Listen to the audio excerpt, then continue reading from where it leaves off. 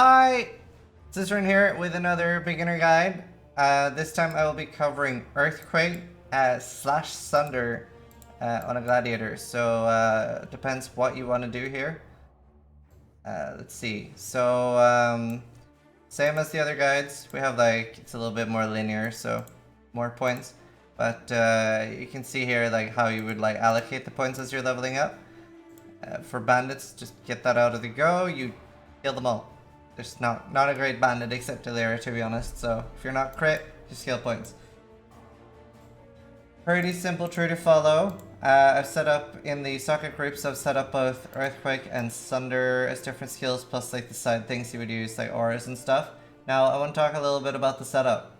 The Earthquake should feel really nice with Swift Affliction. If you don't have enough damage, you can put in a faster attacks. And for the Sunder, once you get really endgame, you can drop the maim and put in faster attacks for even more clear speed. Like the maim's really good for damage, but if you have enough damage, then you just want to like attack faster, so you're just like running around and seeing all those nice bleed explosions. You do have gratuitous violence and then versatile combatant.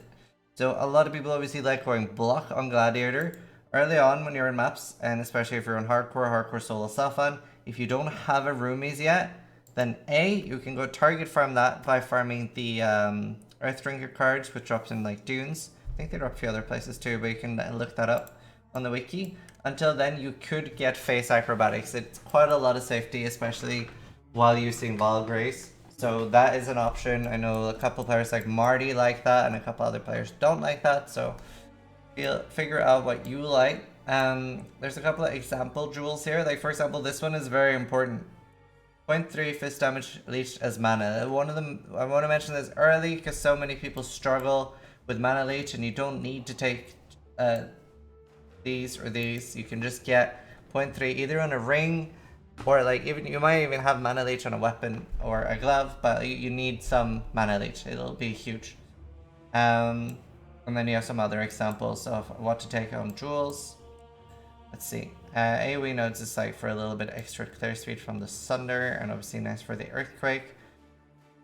So just like generic, it's actually pretty high end. You're more likely looking at something slightly lower, like 250 to 280 DPS if you're solo self-on. Obviously 320 is not that high in Trade League. There's an example of something that you would have as like for like fairly like mid-end Shaped Scepter, where you have like extra fire damages, extra fire and lightning. If you're,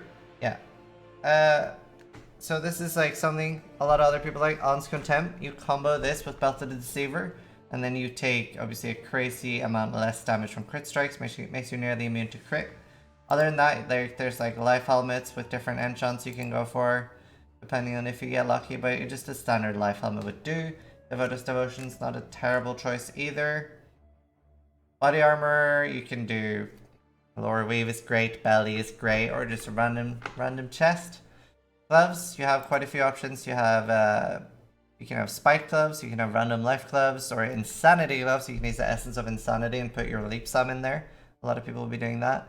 Then you have Tomb Fist is really nice. Can be pretty hard to roll the jewels to be nice, but that can be a good option. And then you have Hemophilia. It's not terrible. It puts your chance to bleed at 100% for a Gladiator, and you get that little extra damage. It's no life, so it's not a great choice, but a choice nonetheless. Especially if you don't want to be a Gladiator, then you want Hemophilia. Boots, pretty nice on this build. You do not really need movement speed, because you're just going to be leap some sunder, leap some sunder. So even just crafted movement speed is fine. Obviously, if you get movement speed, that is a nice bonus. So amulet wise, obviously there's not much you can get except life and resist, but once you start finding elder items or shaped items, you can get fist damage as extra elemental damage, and obviously flat fist is nice. So you're gonna need some int on this build. You probably want to get that on a ring, and then a flat fist is really nice on rings as well. Belted Deceiver, really good choice. If you don't find one and you're not on Trade League, you can also get a Biscuit's Leash. And other than that, Stygian Vices are of course great, and a random leather belts with resists.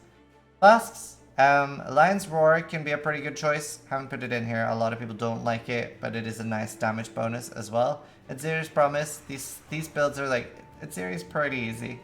Pretty easy with these builds. Just don't hit the mirror. And if you don't know, the mirror is the girl in the split face holding up the mirror. She will kill you. Like 100% reflect.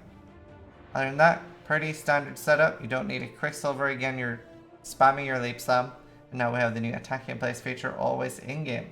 That's very nice. Just making sure I haven't missed any other items. Like showing off like the different enchants that are nice. That pretty much covers everything. The Pantheon is Arakali is really nice, especially since you're rocking Immortal Coal. That will give it additional leech. And for the small one, you want to upgrade Shakari. I always call it Shakira. And that gives you poison immunity. And then, yeah, that pretty much covers it. You can do Earthquake or Sunder. Pretty standard cookie cutter build.